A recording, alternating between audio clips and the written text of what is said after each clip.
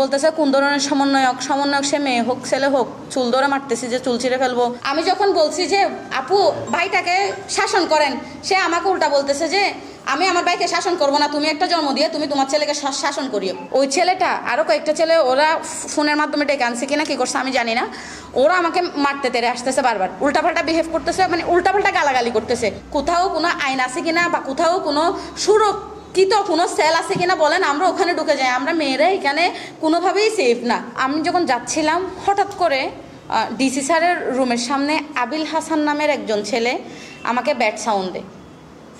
আমি কোনো কিছুই বুঝে উঠতে পারি নাই। আমি ব্যাট সাউন্ডটা শুনে ওরা ওখানে 5-6 জন ছিল যারা হাসাহাসি করতেছিল। আমি সুন্দর মতো চলে যাওয়ার পরে যেটা ডিসি জেনারেল নিজাম স্যার আছে ওনার রুম পর্যন্ত, ওনার রুমের একটু আগে পর্যন্ত যাই। ডিসি স্যার ব্যস্ত থাকার কারণে আমি আমার সহযোদ্ধাদেরকে খুঁজতেছিলাম।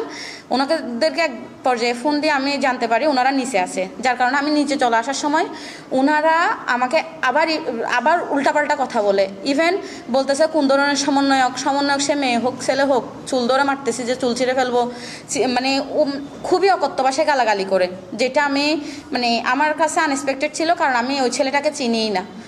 এক পর্যায়ে আমি আবার নিচে চলে যাওয়ার পরে আমার এই সহযোদ্ধারা ছিল এখানে, ওরা আমরা সবাই মিলে আবার উপরে যাওয়ার জন্য প্রস্তুতি নিচ্ছিলাম। ঠিক ওই সময় ওই 5-6 জন ছেলে এবং আবিল হাসান নামের ছেলেটা, তার বোন প্রিয়া, ওনারা নিচে আসতেছে। আসার সময় আমি কাউকে কোনো কিছু বলি নাই, আমি দাঁড়াইছিলাম।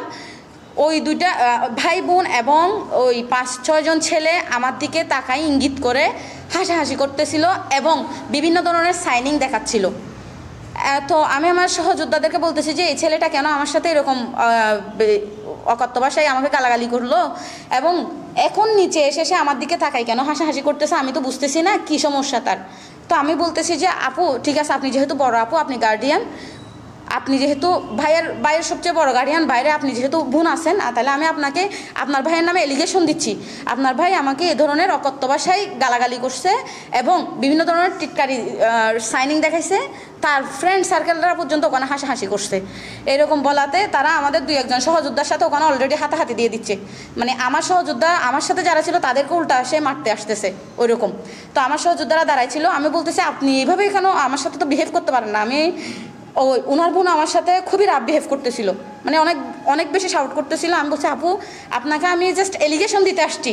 তার বোন আমাদের সাথে খুবই শাউট করতেছে এবং তারা ওই ছেলেটা আরও কয়েকটা ছেলে ওরা ফোনের মাধ্যমে ডেকে আনছে কিনা কি করছে আমি জানি না, ওরা আমাকে মারতে তেরে আসতেছে, বারবার উল্টাপাল্টা বিহেভ করতেছে, মানে উল্টাপাল্টা গালাগালি করতেছে।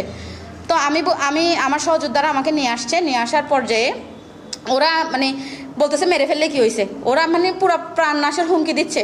আমি জানি না সে নাকি সমন্বয়ক কোথায় আন্দোলন করছে, আমার কথা সেটা না, সে কোথায় আন্দোলন করছে এটা তো আমার দেখার বিষয় না, কিন্তু আমি এজ এ মেয়ে হিসাবে সে তো আমাকে ব্যাট সাউন্ড দিতে পারে না।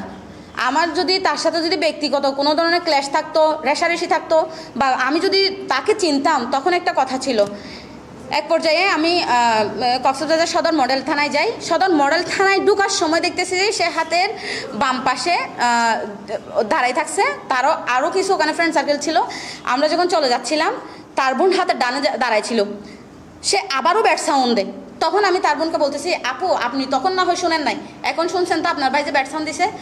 ওর বোন আমাকে সরাসরি বলতেছে আপনি আমার সাথে কথা বলিয়েন না। আমি বলতেছি যে আপু দেখেন আপনি কিন্তু আপনার ছোটো ভাইকে লাই দিচ্ছেন, আপনার এই লাইয়ের কারণে কিন্তু ও কিন্তু 2 দিন পরে কিন্তু একটা মেয়েকে র্যাপ করতে 2বার চিন্তা করবে না, কারণ আপনারা ওরে শাসন করতেছেন না এখন পর্যন্ত, আপনারা ওকে শাসন করুন।